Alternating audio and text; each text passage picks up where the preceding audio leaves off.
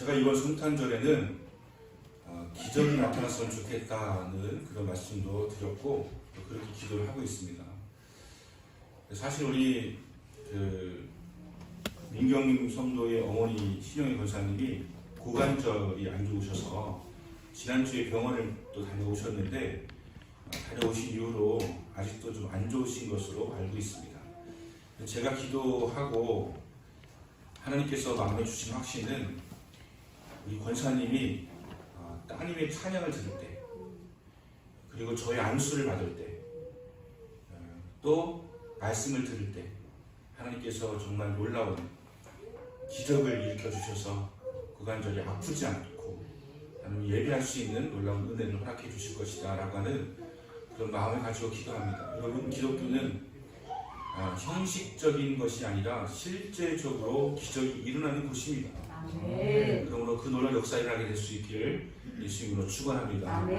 또 성찬을 받을 때도 마찬가지. 성찬을 받는다고 하는 것은 이건 기념하는 거지 아닙니다. 여러분, 기념이 아니고 실제로 우리 예수 그리스도의 몸과 피가 우리의 그 영적 임재하는 그런 시간이라고 여겨주시고, 여러분 안에 있는 걱정과 근심과 두려움이 성찬을 받는 동안에 사라지는 놀라운 역사가 일어나는 것을 기대하시고 기도하시기 바랍니다. 그냥 형식적으로 하는 것이 아니고 우리가 예배하면 하나님 받으시고, 우리가 기도하면 하나님 들으시고, 또 들으시고 하는 것이 아니라 응답하시는 그 놀라운 은혜가 있다고 하는 것을 꼭 기억하시고, 형식적인 예배가 아니라 정말로 내게 기적으로 체험되어지는 그런 예배가 이루어질 수 있게 되어지기 원합니다. 우리가 너무 복잡해졌어요. 세상을 살아가면서 너무 머리가 복잡해지고 너무 생각이 많아지고 하다 보니까 단순하게 예배하지 못하고 있는데 단순해질 필요가 있습니다. 특별히 오늘 아기 예수님의 탄생일 아닙니까? 아기들의 특징은 뭐냐면 아무것도 생각하지 않고 오직 엄마가 주는 젖을 먹고 힘을 내어서 그냥 씩씩하게 자라나는 것, 그것이 아기의 그냥 오직 하나의 소원이죠. 얼마 전에 어린이 전도협회에서 그 아기들 먹는 그 젖병 있잖아요, 젖병. 이 젖병을 2개를 놓고 똑같은 양의 그 우유를 담아 놓고 30대 젊은 남자와 아기가 먹는 것을 누가 더 빨리 먹느냐 하는 것을 테스트를 했어요. 어떤 결과가 나왔을까요? 아기가 이 아빠 뻘 되는 그 남자 청년보다 적어도 10배는 빠릅니다. 10배가 빨라요. 우리 어른들이 그 빨아들이는 그런 힘보다 아기가 빨아들이는 힘이 훨씬 더 강하다는 얘기예요. 그냥 얼마나 빨리 쭉쭉쭉 사라져가지고 다 사라졌는데 여기는 10분의 1도 아직 못 먹었어요. 왜 그럴까요? 아기는 단순하기 때문에 그래요. 이게 생명이기 때문에 그런 것입니다. 우리는 이게 생명이 아니잖아요. 근데 아기는 이게 생명이기 때문에 그냥 쭉쭉 빨아들여가지고 훨씬 더 빠르게 마시는 것을 보면서 정말 단순하게 믿는 사람이 적어도 10배의 흡입력과 파워를 가지겠구나라고 하는 생각을 가지게 되었습니다. 여러분, 예배 드릴 때 딴 생각하지 마시고 단순하게 들으시고 단순하게 아멘하시고 단순하게 순종하시면 놀라운 역사가 일어나게 될 줄로 믿습니다. 집안 걱정 내려놓으시고 세상 걱정 내려놓으시고 오직 아기 예수님의 탄생을 축하하는 그런 말씀으로 들으시고 순종하시면 우리가 놀라운 하나님의 기적과 역사를 경험하게 될 줄로 믿습니다. 어떤 사람이 큰 병을 앓았습니다. 여러 해째 귀가 울리고 눈이 충혈되고 말을 하려고 하면 얼굴이 붉어지는 그런 증세가 나타나는 거예요.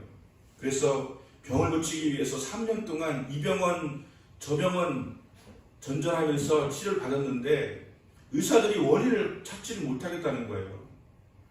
아무래도 맹장 쪽이 이상한 것 같다든가 편도선인 것 같다든가 이렇게 하면서 진단만 할 뿐이지 원인 파악이 안 되는 것입니다. 그래서 결국은 주치의가 당신은 이제 6개월밖에 살지 못하겠습니다 라고 선포를 했습니다. 그러면서 이제 먹고 싶은 거 실컷 먹고 여행 가고 싶은 거 실컷 가고 또 입고 싶은 옷 있었으면 실컷 입으라 이렇게 이야기를 해 주었습니다.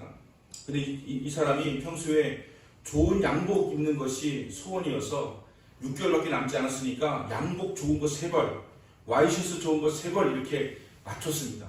맞추기로 했어요. 그래서 양복점에 가서 사이즈를 재는데 이 제단사가 당신의 목둘레는 105입니다 이렇게 이야기했어요. 그랬더니 이 사람이 깜짝 놀라가지고 내 목치수는 95입니다 이렇게 한 거예요. 나는 15살 때부터 95였다고요 이렇게 따지는 것입니다. 그러니까 제단사가 다시 한번 이렇게 재보는 거예요.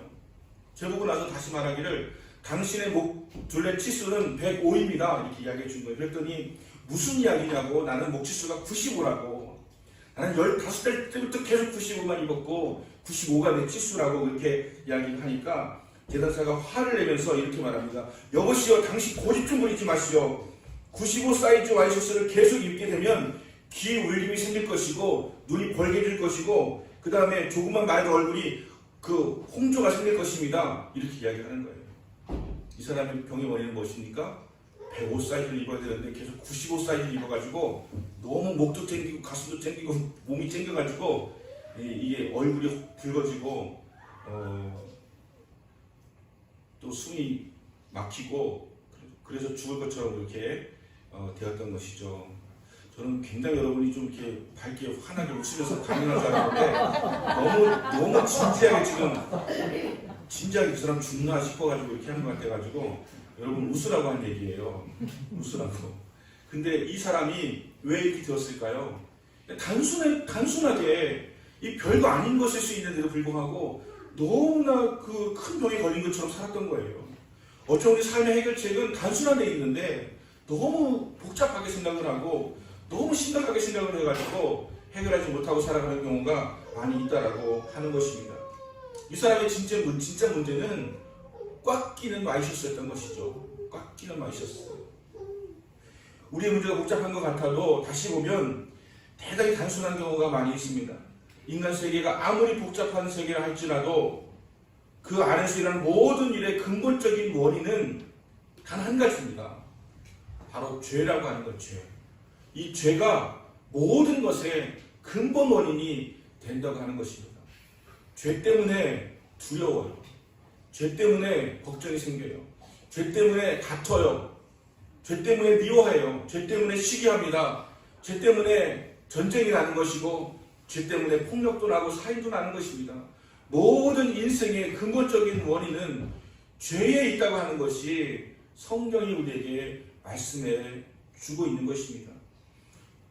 그래서 로마서 1장에 바울은 마음에 하나님 주기를 싫어하며 하나님께서 그 상실한 마음을 내어버려 두사 온갖 자원죄를 짓게 하셨도다 라고 말씀하고 있습니다.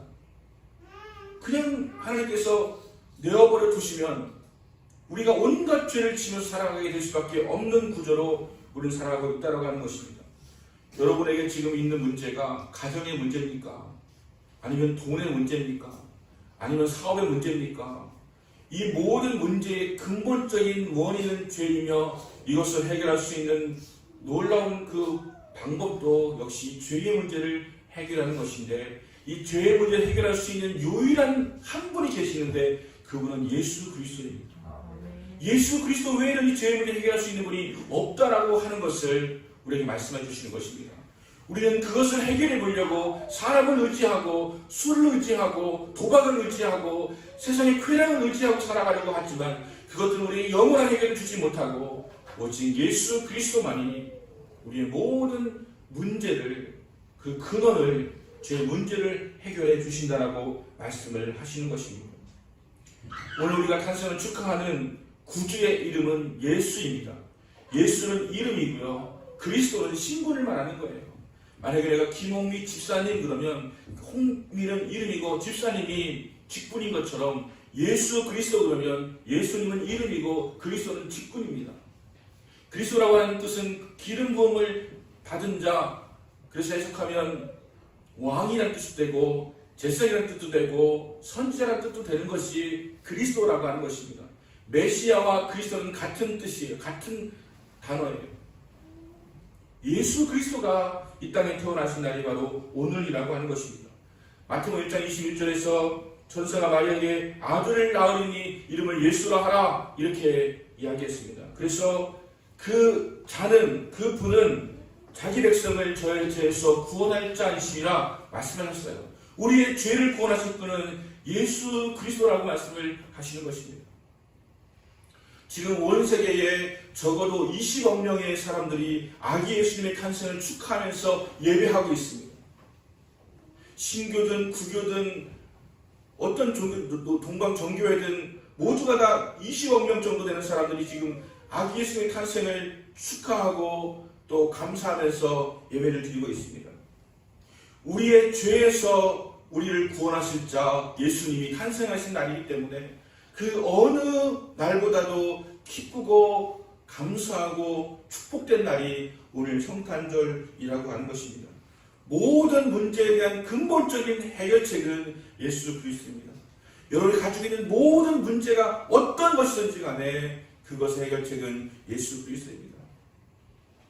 여러분 김준건 목사님 백문일답에서 무엇을 물어봐도 예수 그리스도라고 답하는 그것을 할 때 정말로 신이 났었거든요. 우리의 희망은 누구? 예수 그리스도. 우리의 죄 문제 해결할 분 누구? 예수 그리스도. 우리를 잘 살게 하실 분 누구? 예수 그리스도. 우리의 문제를 기도에 응답을 해주실 분 누구? 예수 그리스도. 예수 그리스도가 모든 문제에 해결책이 되신다고 하는 것을 우리에게 말씀해 주시는 것입니다. 이 시간 여러분 단순해지세요. 예수님께만 집중하세요. 예수님께만 집중해도 우리의 모든 문제가 해결될 수가 있다고 하는 것입니다. 예수님을 통하지 아니하고서는 어떤 문제도 해결할 수가 없다라고 하는 것도 되는 것이죠. 여러분의 소망이 무엇입니까? 돈 많이 버는 것입니까? 건강하게 사는 것입니까? 출세하는 것입니까? 그러나 돈은 영원하지 않습니다. 건강도 명예도 영원한 것이 아닙니다. 인간이 가진 어떤 것도 해답이 될 수가 없습니다. 오로지 우리가 예수 그리스도를 믿을 때 죄를 극복하고 인간의 힘으로는 극복할 수 없는 사망도 극복하고 이 생을 넘어 영원 세계까지 나아가 영생과 부활의 몸을 입고 살게 될 줄로 믿습니다. 이것이 인간의 근본 문제에 대한 해결이 되는 것입니다. 오늘 본문을 보면 예수님께서 탄생하신다고 하는 소식을 목자에게 가장 먼저 알리셨습니다. 왜 목자에게 가장 먼저 알리셨을까요? 목자라고 하는 것은 우리가 그냥 목자 성경에서 이야기하니까 굉장히 좋은 의미로 생각을 하잖아요. 우리 목사님도 목자님이시잖아요. 목자 하잖아요. 근데 이스라엘 가보세요. 그리고 그 지역에 한번 가보세요. 목자들 어떻게 사는지. 그들은 노마드라고 해가지고 유목민을 말하는 것입니다. 그들은 떠돌이 생활을 해요. 일정한 거주지가 없어요. 떠돌아 다니는 거예요. 목초를 찾아가지고 다니는 거예요. 국경도 막 넘고 막 하면서 다니는 사람들이 목자들입니다. 그래서 이스라엘 세계에서도 목자는 천한 사람이라고 여기며 살았습니다. 그런 목자에게 왜 하나님께서 예수님의 탄생 소식을 알리셨을까요? 이왕이면 그냥 왕에게 알리시거나 왕자에게 알리시거나 아니면 서기관이나 바리새인에게 알리셔가지고 좀 근사하게 홍보할 수 있으면 훨씬 좋지 않겠습니까? 그런데 예수님께서는 목자에게 알리셨습니다. 왜 목자에게 알리셨을까? 그것은 이 복음이 낮은 사람, 평범한 사람, 무지한 사람, 단순한 사람, 즉 히브리 말로 암하레츠라고 이렇게 이야기하는데, 안 그래도 어디 지나가다 보니까 어떤 미용실 이름이 암하레츠더라고요. 암하레츠라고 하는 것은 이 땅의 백성들, 민중들 이런 것을 의미하는 것인데 이들에게 주의 복음이 증거되었다라고 하는 것입니다. 저는 어렸을 때 티나 크레카라고 하는 것을 참 좋아했습니다. 그 티나 크레카를 왜 좋아했느냐? 할머니가 그 티나 크레카를 그 장롱 위에다 올려놓았는데 주변에 뭐 의자도 없고 뒤고 올라갈 수도 없고 그걸 꺼낼 수가 없어요. 오직 그것을 먹을 수 있는 유일한 방법은 성경책 한 장을 읽는 것이었어요. 저는 성경책 한 장을 읽어야지만 그것을 먹을 수가, 할머니가 내려주시면 저는 어렸을 적에 조금 해가지고 그걸 바라만 먹을 수가 없었거든요. 근데 그것을 성경 읽으면 주셨기 때문에 저는 성경책을 읽어야만 했고 읽고 나면 그것을 꺼내주셨습니다. 얼마나 맛있었는지 모릅니다. 지금은 크래커가 너무 흔해가지고 뭐 그렇게까지 먹고 싶은 마음이 안 생길 수도 있지만 그거 하나 주시면 얼마나 맛있었는지 그거 먹고 싶어서 욕심을 내도 먹을 수가 없었습니다. 여러분, 복음이라고 하는 것은 이런 것입니다. 높은 곳에 둔 것이 아니에요. 누구든지 꺼내 먹을 수 있는 그런 일단 그 서랍장에다가 두셔가지고 누구든지 복음을 접할 수가 있고 누구든지 복음을 맛볼 수가 있는 그러한 곳에 두셨다라고 하는 것입니다. 어려운 것이 아니에요. 복음은 넓은 문입니다. 성막에 보면 그 성막으로 들어가는 문이 아주 넓어요. 누구나 들어올 수 있는 길이라고 하는 것을 의미하는 것이죠. 지금 누구나 예수를 믿을 수 있는 그런 길로 이렇게 열려 있거든요. 문이 활짝 열려 있거든요. 근데 사람들이 그 문도 들어가지 않아요. 그렇게 쉽게 믿을 수 있는 것이 무슨 복음이 있겠냐고, 그렇게 쉽게 접할 수 있는 곳에 무슨 진리가 있겠느냐고 생각하면서 온갖 고행을 하면서 온갖 수련을 쌓으면서 온갖 훈련을 받으면서 그렇게 해서 뭔가를 얻으려고 해요. 하지만 예수님 그리스도께서는 우리에게 가장 낮은 곳으로 가장 단순한 방법으로 이 땅에 오셨고 또 그런 자가 믿을 수 있도록 그렇게 해주셨다라고 하는 것입니다. 예수님께서 이스라엘의 대상과 장로들에게 비유를 들어서 이렇게 말씀하셨습니다. 예수께서 저에게 이르시되 내가 진실로 너에게 이르노니 세리들과 창기들이 너희보다 먼저 하나님의 나라에 들어가리라. 높다고 돈 많다고 잘났다고 인기 많다고 하늘나라 가는 것이 아니라 세리들과 창기들이 너희들보다 먼저 하늘나라에 들어가리라. 그렇게 말씀하시면서 낮은 곳에 있는 사람들, 단순하게 사는 사람들, 그저 떼거리 걱정하고 먹을 것 하나 정말 바라보고 사는 사람들, 이런 사람들에게, 그 낮은 자에게 먼저 복음이 증거되게 되었다고 하는 것입니다. 우리나라와 일본의 복음 전해진 방법이 틀립니다. 일본은 높은 사람들에게 복음이 증거되었어요. 그래서 일본은 지식인들이 많아요. 세계적인 신학자, 우키무라 간조라든가 세계적 신학자는 일본이 더 많습니다. 그런데 복음화율은 5%가 안 돼요. 그들은 지식으로 깨닫고 예수님에 대한 성경 말씀을 해석을 잘하고 하지만 우리나라는 복음이 밑바닥부터 들어가가지고 서름받고 억압받고 가난하고 병들고 상한 자들에게 복음이 들어가가지고 풀뿌리부터 시작되어진 복음이기 때문에 전 세계에서 가장 놀랍도록 빠르게 부흥하는 나라가 될 수가 있었다고 하는 것입니다. 지금 왜 복음의 능력이 없을까요? 우리가 조금 잘 살게 되면서 높아졌기 때문이에요. 우리가 낮아지면 다시 그 복음은 우리에게 강력한 능력을 드러낼 것인데 우리가 좀 높아지니까 자꾸 복음의 능력이 우리에게 사라지게 되는 것입니다. 고린도전서 1장 27절에서 바울이 이런 말을 했습니다. 하나님께서는 세상에 미련한 것들을 택하셔서 지혜 있는 자들을 부끄럽게 하시려고 세상에 약한 것들을 택하셔서 강한 자들을 부끄럽게 하신다. 복음은 세상이 돌 때 미련한 사람, 약한 사람, 무지한 사람, 가난한 사람들에게 먼저 임하는 축복의 소식입니다. 여러분들이 지금 정말 가난하고 정말 나는 가진 게 없고 나는 너무 부족하다라고 여길 때 걱정하지 마세요. 여러분, 하나님께서 여러분 들으셔가지고 가진 자, 부자, 잘 나가는 자들, 지혜 있는 자들을 부끄럽게 하신다고 하는 것입니다. 그러므로 예수님은 낮은 자리에 오신, 그리고 낮은 자에게 임하시는 그 복음이 된다라고 말씀하시는 것입니다. 우리 성탄절에 마음을 낮춰야 됩니다. 마음이 높아지니까 자꾸 다툼이 일어나요. 우리나라가 왜 자꾸 이렇게 다툼이 일어날까요? 마음이 높아져서 그래요. 자꾸 마음이 높아지니까 다투는 거예요. 내가 더 잘났다고 생각하니까 다투는 거예요. 우리가 낮아지면, 그럼 바다라고 하는 것은 받아들인다라고 하는 의미잖아요. 바다가 되면 받아들이는데 왜 받아들이게 되냐면 가장 낮은 곳에 있기 때문에 바다에 물이 차는 것이지. 바다가 높은 곳에 있어 보세요. 그게 어떻게 물이 차겠는가? 가장 낮은 곳에 있으니까 가장 많은 물이 모여드는 것이 바다예요. 그래서 우리는 바다 같은 마음을 가질 수가 있어야 됩니다. 다 받아들일 수 있는 그런 마음이 우리에게 있어야 된다고 하는 것이죠. 두 번째 복음은 단순하게 믿는 것입니다. 목자들은 지식인이 아니었어요. 극단적으로 말하면 무식한 사람들이었습니다. 그런데 천사가 이렇게 전해줍니다. 너희가 가서 강보에 쌓여 누워있는 아기를 보리니 그가 바로 예수다라고 이야기해 줍니다. 그러자 이 목자들이 달려갑니다. 그리고 가서 강보에 쌓여 누워있는 아기를 보고 그가 예수인 것을 알고 그에게 경배를 했다고 하는 것입니다. 그럼 복음이라고 하는 것은 듣고 가서 보고 예배하는 것이 복음이에요. 복잡하게 생각할 것이 없어요. 뭐가 어떻게 됐을까? 왜 이랬을까? 왜 이렇게 나한테 하는 걸까?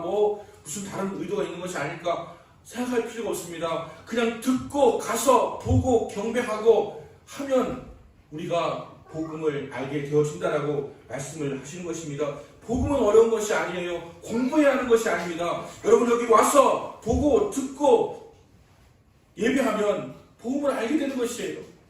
복음을 우리가 학적으로 알려고 하고 무슨 지식으로 알려고 하고 이론으로 알려고 하니까 깨달아지지 않는 거죠. 그 단순한 것을 우리가 왜 그렇게 학문적으로 알려고 하고 왜 그렇게 파고들어서 알려고 하고 그럴 필요 없습니다. 여러분 여기 오세요. 여러분 찬양을 듣는 가운데서 마음에 정말 뭉클하고 감동이 있을 때, 주님이 주시는 감동이 있을 때, 설교를 듣는 가운데서 나도 모르지만 뭔가 신비한 마음에 변화가 있을 때 여기에 예수 그리스도가 있는 것이지 공부를 해야 하는 것이 아닙니다. 공부를 할 수가 없어요. 공부를 하는데 어떻게 처녀에게서 아기가 나오는 것이 믿어지겠습니까? 공부를 하는데 어떻게 홍해가 갈라지는 것이 믿어지겠습니까? 공부를 해가지고 어떻게 바위를 쳤는데 물이 터지는 것을 믿을 수가 있겠습니까? 단순하게 주님 말씀하시니까 그대로 된다라고 믿는 것이죠. 그것이 안 된다면 하나님 아니신 것 아닙니까? 하나님이 그걸 못하십니까? 우리는 단순하게 그분을 믿을 때 우리의 복음이 임하게 된다라고 하는 것입니다. 세 번째로 우리는 목자들처럼 복음에 대해서 단순한 반응을 보여야 됩니다. 목자들이 아기예수 만났습니다. 그리고 거기서 나와서 그들은 많은 사람들에게 이 복음을 전했습니다. 우리가 아기예수를 만났다. 하나님의 독생자 예수 그리스도가 이 땅에 오셨다. 이렇게 전파한 것이죠. 그래서 이 목자들은 결국 그 어둡고 캄캄한 그 동네에서 복음을 전했다라고 알려주고 있습니다. 그러니까 우리가 고요한 밤 거룩한 밤 찬양하지만 그 밤이 고요한 밤이 아닐 수도 있습니다. 왜냐하면 이 목자들이 그 동네방에 다니면서 시끄럽게라도 복음을 전했을 수 있기 때문이죠. 고요한 밤 거룩한 밤 다 조용하게 막 있겠지만 요즘은 고요한 밤이 어디 있습니까? 가장 시끄러운 날이 성탄절이잖아요. 오늘 순대 주문에 나가보세요. 가장 시끄러울 거예요. 가장 시끄러운 중에요. 완전 시끄러운 가운데서 우리 아기 예수님 고요하게 새근새근 잠든 모습으로 우리에게 다가오시는데 아기 예수님은 단순하잖아요. 우리가 좀 단순해지잖아요. 신앙생활 하려면 가장 중요한 것은 단순해지는 거예요. 왜 이렇게 복잡해졌어요? 왜 뭐가 좀 하면서 막 따지고 들고 불평하고 원망하고 이렇게 합니까? 단순하게 듣고 가서 보고 예배하고 그런 주님의 은혜가 임하게 되어주는 것입니다. 그 은총이 임하게 되어주는 것입니다. 여러분 삶에 그 은총의 그 축복이 느껴지게 될 거예요. 놀라운 역사가 일어나게 될 것입니다. 그것을 경험하게 되시는 여러분 되시기를 예수님으로 축원합니다. 그리고 우리 이 복음을 증거해야 돼요. 세상의 빛은 복음이에요. 정치권에서 아무리 희망적인 이야기를 해도요. 주님께서 우리에게 너희가 세상의 빛이라고 말씀을 하셨어요. 우리가 복음을 전할 때 세상이 밝아지는데 영적으로 밝아지는데 복음은 창피해가지고 복음에 대해서는 쑥스러워가지고 우리가 자꾸 핍박받으니까 아니면 우리가 자꾸 사람들이 우리를 싫어하니까 갑자기 쭈그러들어가지고 그냥 복음은 교회 안에서 뱅뱅 돌고 있고 바깥에서는 아무런 영향력을 주지 못하고 있을 때 우리는 다시 한번 마음의 다짐을 해야 됩니다. 목자들이 그 세상에서 가장 손가락질 받고 가장 사람들이 별로 안 좋아하는 그 목자들이 담대하게 나아가서 아기 예수를 만났다라고 전했던 것처럼 여러분 세상에 나가서 여러분 삶의 자리에서 복음을 증거하고 선함을 베풀고 그렇게 살아가게 되어질 때 세상은 아름다워질 것이고 세상은 더 살만한 세상이 될 것입니다. 이 성탄절 여러분에게 그런 축복이 임하게 되시기를 예수님으로 축원합니다. 네.